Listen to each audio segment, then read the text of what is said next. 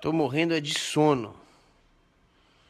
Eu nem tava com saco de fazer esse vídeo, isso não é nem hora. Tô morrendo de sono. E esse vídeo é o seguinte. Eu não tô drogado não, nem bêbado. Isso aqui é só sono mesmo. Antes de dormir, eu dei aquela olhadinha final pra ver se tinha algum recado no Facebook. Tinha alguns idiotas aí. Com aquela notícia de que o Papa autorizou os padres a perdoar o aborto no confessionário. E aí um bando de imbecis escreveu chupa cogo, seu gordo escroto. Vocês não entenderam nada, né? Eu tô morrendo de sono aqui e eu tô com mais capacidade de entender as coisas do que muita gente que tá falando mal do Papa por causa disso. Eu vou tentar explicar em rápidas palavras. O Papa é bispo. Não repara na minha voz, na minha dicção, que tá muito abaixo do normal, porque quando eu tô com sono é assim mesmo. Peraí. O Papa, ele é bispo de Roma. O bispo tem a prerrogativa de autorizar os padres a perdoar os pecados no confessionário. Tecnicamente, só o bispo poderia perdoar qualquer pecador, qualquer pecado que seja. Você roubou figurinhas do seu coleguinha de escola. Só o bispo pode perdoar, tecnicamente. Porque Jesus disse: aquilo que perdoardes na terra será perdoado no céu pros apóstolos. Os sucessores dos apóstolos são os bispos. Agora, para fins soteriológicos, por misericórdia e piedade, foi dado aos bispos a prerrogativa também de autorizar os padres para maior acesso dos fiéis ao sacramento da misericórdia. Então, o que o Papa Francisco está fazendo agora, os bispos sempre puderam fazer há 2000 anos. Sempre. Não é nenhuma novidade. Este ano que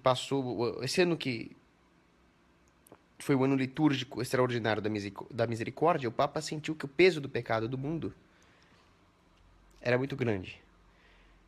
Então ele autorizou provisoriamente que os padres pudessem perdoar pecados que não estavam autorizados, como o pecado do aborto. E simplesmente ele decidiu fazer isso definitivamente até segunda ordem, até que essa ordem seja revogada. Qual é o problema? Se vocês pararem para pensar, a situação daqueles que acham que o aborto é uma coisa normal piorou bastante. Eu vi gente que chegou para mim e falou o seguinte: bom, deixa eu me concentrar que eu tô com muito sono aqui. Ó, isso aqui é técnica de guerra na selva para parar de ficar com sono. As pessoas chegaram para mim e falaram: ó, agora o aborto é normal. Até a igreja sabe que o aborto é normal. Quem falou isso é um imbecil completo, um idiota completo. A situação das pessoas que acham que o aborto é normal piorou. Porque agora vocês não têm mais desculpa. Antes, uma pessoa que não estava realmente arrependida do aborto poderia pensar o seguinte: mas se eu for me arrepender, eu tenho que falar com o bispo, etc. Agora você pode ir na paróquia da esquina e se arrepender de verdade. Aí não adianta você não se arrepender de verdade, de coração, mas as suas desculpas acabaram. O fato de o Papa ter facilitado o acesso ao sacramento da misericórdia significa que aqueles que acham que o aborto é normal e não se arrependem estão com uma situação pior ainda, já que era mais fácil pedir misericórdia. Além disso, eu vou fazer uma análise econômica dessa nova situação teológica. Na verdade, não é uma nova situação teológica. A situação teológica é igual a sempre. Mas dessa nova prerrogativa que o Papa deu. Isso vai diminuir o número de abortos no mundo. Porque o sacramento da confissão, ele não só perdoa a pena espiritual do pecado, que seria a morte eterna, pecado mortal, ele te religa a Deus através da graça santificante, como também ele te ajuda a não mais pecar. Eu costumava cometer alguns pecados aí, que eu não vou ficar falando aqui no vídeo, mas eu me confessei muito sobre esses pecados e para mim agora está muito mais fácil não cometê-los. Então, se uma pessoa está com a ideia de aborto, ela tem acesso à confissão, vai ficar mais fácil para ela não cometer esse pecado. Inclusive, o próprio pensamento de abortar já é um pecado, né? Isso aí tem que ser confessado também, só para deixar bem claro aqui. Já a pessoa impenitente, já a pessoa que nem vai para a igreja, já a pessoa que acha que isso é normal, as feministas, feminazi, essas estão com uma situação pior. A chance delas irem para o inferno é maior. A mulher que cometeu um aborto e se arrepende, ela tem a chance de ser salva. E sim, nós temos que ter misericórdia com os pecadores. Eu quero que a mulher que cometeu aborto seja salva, eu não quero que ela vá para o inferno. Mas isso não exclui a punição legal temporal aqui que eu daria para ela. Eu sou a favor de punir o aborto, sou a favor de punir o homicídio, eu sou a favor da pena de morte, eu sou a favor de prisões horrorosas aí para os bandidos. Mas isso são as penas legais. Eu não quero que ninguém vá para o inferno. Não quero que o demônio tenha vitória sobre nenhuma alma. É só isso. Como é que nós vamos negar a misericórdia a um pecador se Cristo não nega? Então o Papa Francisco fez certinho. Eu apoio a decisão dele. Ninguém aqui está apoiando o aborto. Ninguém aqui está achando isso normal. Muito pelo contrário. Nós estamos dando a misericórdia para um pecador que comete um pecado horrendo desse. E as pessoas impenitentes estão muito ferradas. Bom, eu acho que eu consegui falar aqui o que eu queria, mesmo estando morrendo de sono. Marco Siman, vai tomar... Eu não posso falar, eu tô com o terço no bolso aqui. Vá se ferrar. Lucas Borja, boa noite. Vitor Sá, se uma pessoa comete um pecado, se arrepende e volta a cometer. Bom, eu já me arrependi e já voltei a cometer o pecado. O problema não é esse. O problema é que toda vez que você se confessa, para que a confissão tenha eficiência, é preciso que você tenha o propósito firme de não mais pecar. Só que nós somos pecadores, a carne é fraca e nós vamos acabar caindo de novo. Mas nós temos que cair por fraqueza. O que você não pode é falar, olha, eu vou cometer esse pecado, depois eu confesso e tá beleza. Aí a sua confissão não valeu. Então eu já cheguei lá no confessionário, confessei, voltei a pecar porque eu sou um fraco e me arrependi e confessei de novo e essa é a nossa caminhada, né? Marco Siman, cala tua boca, rapaz. Alguém tem mais alguma pergunta? Eu já falei tudo que eu devia aqui, eu tô morrendo de sono.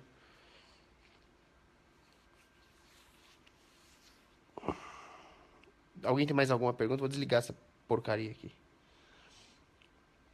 Ah, só pra terminar essa gravação, eu queria falar o seguinte: a mídia distorce muita coisa do que o Papa fala. A mídia fica falando que o Papa é comunista, que o Papa falou que os marxistas são iguais aos cristãos, que o Papa é desarmamentista, é tudo mentira, tudo distorção, tudo aquilo que sai naqueles negócios de La República, esse jornalzinho de esquerda, esses mídia nojenta. Sério, o cara posta uma notícia da Exame, da Globo, da Veja e quer credibilidade. O que você não se mata, cara? Não, eu tô brincando, retiro o que disse. Não se mate porque se matar é, é um dos piores pecados que tem. Mas por que você não vai pra aquele lugar, cara?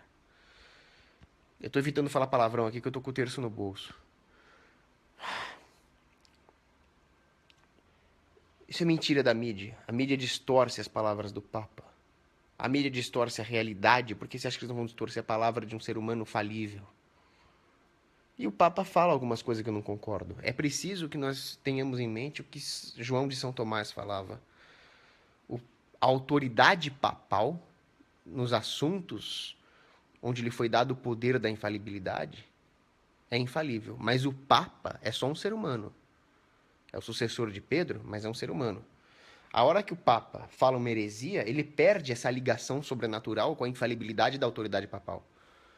Então, o Papa, ele é Papa enquanto ele fizer jus à autoridade papal. Ele pode errar. Então, sim, nós cristãos devemos vigiar.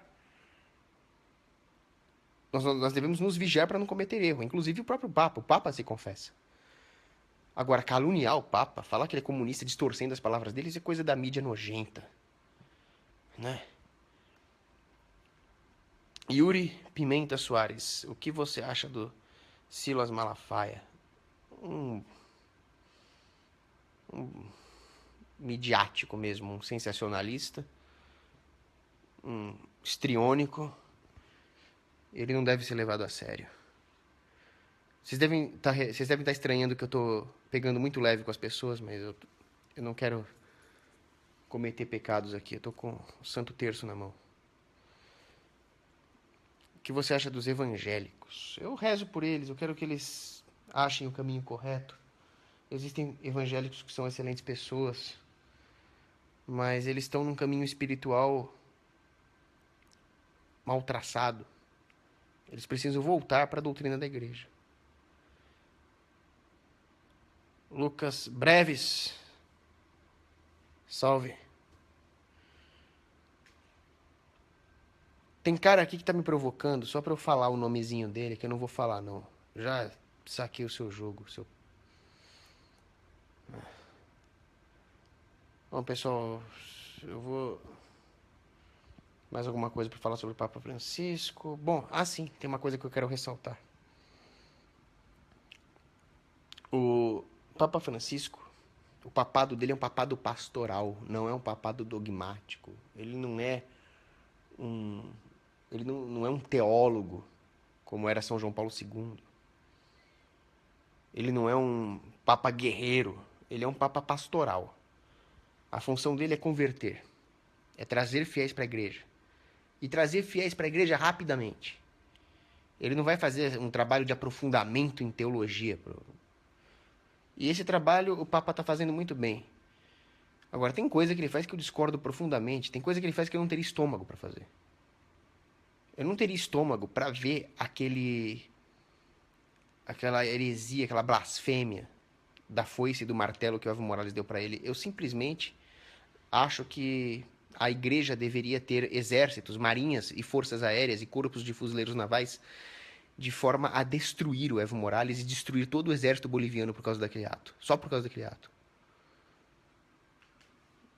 Mas não é a função de um papa pastoral e convenhamos que ele entende muito mais de pastoralidade, o Papa Francisco, do que eu entendo. Então, o que eu faço? Eu vou pro meu quarto e rezo pelas intenções dele. É isso. Agora, dentro da minha humildade leiga aqui, o que eu gostaria é que existisse um corpo de fuzileiros navais da igreja que destruísse o Evo Morales. Libertarian Meme, salve, salve. Oi, Luciana. Oi, todo mundo aí. Tem uns caras que eu me recuso a responder. Me recuso a responder. Obrigado, Vitor Macedo. Raul Neto, imposto é roubo, é isso aí. Luísa Duarte, um beijo pra você. O que você acha da... Raul Neto, você acha que eu vou falar onde eu moro ao vivo em vídeo? Você tá louco? Ian Rodrigues, o que você acha da CNBB? Olha, eu fico com inveja dos bispos da Polônia. Os bispos da Polônia estão tentando reerguer uma sociedade cristã conservadora, enquanto a CNBB acaba muitas vezes fazendo o joguinho dos progressistas. Tem muito teólogo da libertação infiltrado ali, isso devia acabar. Isso devia acabar. O Papa Bento XVI deu um bom chega pra lá nesses caras, teólogos da libertação. Esse tal de bofe, sabe? Esses caras são excomungados. Se você defende o socialismo, você é um herege. Tá? Outro Maia. O Papa... Vocês desculpem a minha péssima dicção hoje aqui, que eu tô com sono, que parece que eu tô drogado. Outro Maia. O Papa pastoral foi necessário para a igreja atualmente? Olha, o Papa tá lá não é porque eu escolhi e nem porque os cardeais escolheram. O Papa tá lá porque o Espírito Santo quis assim. Qual o motivo? Quem sou eu? Mas se o Espírito Santo colocou o Papa lá, há um excelente motivo. Pode ser que a pastoralidade seja esse motivo. Tudo indica que sim. Né? Salve, Paulo César. Peraí que tem uma pergunta aqui. Marcos Simão, me recuso a falar o seu nome daqui pra frente. Foi a última vez. Guilherme Oliveira Barbosa. O que você acha do niilismo? O niilismo... Essa pergunta, o que você acha do niilismo, é uma pergunta interessante. Porque... Como é que o niilismo pode ser alguma coisa digna de opinião se nós assumirmos o próprio niilismo? Nada faz sentido. Nada tem finalidade, né? Já que uma vez que você exclui o sentido, você exclui qualquer finalidade, já que falar em finalidade implica em sentido. Então, pela própria lógica do niilismo, o niilismo não serve para nada. Aqui, ó, o Rodrigo Augusto. Ele fala que o Papa é abertamente desarmamentista. Mais um que caiu nas mentiras da mídia. A mídia ocidental, né, esses lixos, essas baboseiras de Exame, de Veja, de Globo, de New York Times, não sei nem como é que vocês têm coragem de ler um negócio desse. Eles falaram que o Papa disse que os fabricantes de arma não são cristãos. Quem você acha que dá arma para a guarda suíça? Só para começar a brincadeira. O que o Papa realmente disse, e que a mídia maldita distorceu, é que aquele que fabrica armas e vende essas armas irresponsavelmente para terroristas, para bandidos, para criminosos, não é cristão. Então a crítica do Papa foi uma crítica direcionada ao personagem do Nicolas Cage lá no Senhor das Armas. E eu assino embaixo. É crime. Agora eu não estou falando mais de teologia, estou falando de PNA, de ética libertária. É crime você fabricar arma e vender para um cara que você sabe que é vagabundo, bandido. O que o Senhor das Armas fazia era crime. Concordo plenamente com o Papa.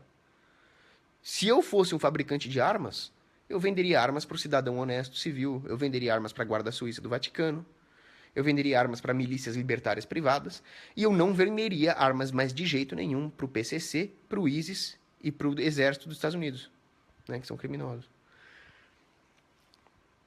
Ô Renan, vai ver o começo do vídeo. Falei do aborto aqui. Teve alguém aí, agora foi lá em cima, que perguntou quais são as boas fontes para você ver as mentiras, para desmascarar as mentiras que a mídia mainstream fala do Papa. Olha, vai no ACE Digital, que é a Agência Católica Internacional Digital. Eles falam muita. Eles mostram bem o que está acontecendo. Existem outros sites, né? O Sputum Fidei. Tem um monte de site aí que vê isso. Pesquisa as mídias católicas mas a melhor maneira é você ir no próprio site do Vaticano. Tudo que o Papa fala publicamente está no site do Vaticano. Se não está no site do Vaticano, é mentira da mídia. Acabou. É só isso. Ian Rodrigues. O Papa falando sobre o Islã é um desastre. Pensa o seguinte, Ian. Se o Papa falar a verdade sobre o Islã, imagina o que vai morrer de cristão. Imagina os atentados terroristas no próprio Vaticano. Não dá para o Papa falar isso. Então, o Papa mesmo do ponto de vista puramente militar, ele está fazendo certo. Fala lá as coisinhas dele. E nós vamos dar um jeito no Islã. Porque, realmente, quem agiu bem contra o Islã foi o Urbano II. Mas não dá. Hoje, para o Papa falar isso, não dá. Nós não estamos nessa posição. Na época que o Urbano II fez o que fez, a igreja poderia arregimentar exércitos. Hoje, eu vou te contar uma história triste. Hoje, eu vou lá na paróquia Nossa Senhora do Brasil, que é uma paróquia maravilhosa, é a minha outra casa ali. Só que tem um afresco no teto, que é a Ascensão de Maria Madalena. E o martírio de São João Batista. Acontece que São João Batista não foi martirizado e Santa Maria Madalena não foi assunta aos céus em corpo e em alma. Então, são dois afrescos que não aconteceram. Você poderia até chamar de heresia. E o meu pároco tá brigando para tirar esses afrescos de lá. E não pode porque é tombado pela porcaria lá do negócio da prefeitura. Quer dizer, a igreja não pode tirar um afresco herético que algum artista sacana fez por causa da prefeitura. Não dá para comparar com uma época em que a igreja podia regimentar exércitos na Europa. É bem diferente. Nós temos que converter cristãos. Nós temos que fazer o trabalho pastoral. Nós temos que nos fortalecer para depois reagir. Então, o Espírito Santo sabe o que faz de ter colocado esse Papa. Trabalho pastoral. Agora, eu vou falar a verdade. Eu concordo com João Paulo II. Falemos a verdade, mesmo que voltemos a ser apenas 12. Mas falar a verdade não significa ser um trouxa e colocar em risco o sigilo das operações, né? Eu não vou falar a verdade para o meu inimigo a respeito de onde as minhas tropas vão desembarcar, porque eu não sou idiota. Tem cara que eu não vou responder. O Giovanni Lopresti diz aqui, ó. Religião é o câncer da sociedade. O Karl Marx falou basicamente a mesma coisa, né? Religião é o ópio do povo. Parabéns, ô marxista. Falando a mesma besteira. Luan Gabriel, por que a época que a igreja tinha esse poder todo foi chamado de Idade das Trevas? Pelo mesmo motivo que diversidade significa exterminar branco. Pelo mesmo motivo que a esquerda chama de austeridade a política que gera prosperidade. Joguinho de palavra. Foi a melhor época da humanidade. E aí eles chamam de Idade das Trevas porque eles são uns mentirosos. Satanás é o pai da mentira. Jean Mayer, Cogos, você acha que o termo neoliberalismo tem uma interpretação no Brasil, considerando que o símbolo do neoliberalismo americano era os Clinton? Não, Eu sou contra o neoliberalismo, porque o neoliberalismo é esquerda, né? O neoliberalismo significa uma das estratégias do FMI. O FMI, ele também se vale de uma certa tesoura de Lenin econômica, onde ele pende por um cepalismo social-democrata em um momento, e no outro momento ele vai para esse neoliberalismo que não passa de um corporativismo um pouco mais leve. Só para controlar os ciclos econômicos, causar cisânia na sociedade, causar mais incerteza, você não sabe quando é o boom e quando é o bust. E assim você faz as pessoas brigarem por causa dessas duas idiotices. O fato é que o Clinton sempre pendeu para o lado social-democrata cepalino, né? O neoliberal seria o Reagan, que era outro psicopata esquerdista. Os dois são os bostas. E no Brasil, neoliberalismo significa o quê? Fernando Henrique? Um canalha, um socialista da pior espécie? Estamos na tesoura de Lenin de novo. A crise que começou na Ásia em 98 e se abateu no Brasil foi justamente por culpa do Fernando Henrique que quis deixar a taxa de juros baixa. Intervencionismo. É uma porcaria, tem diferença, né? Tem que mandar matar. Nossa, eu tô morrendo de sono. Vou dormir. Última pergunta. Wagner Mendes, você defende a volta das cruzadas? Sim, e da Inquisição também. Abraço.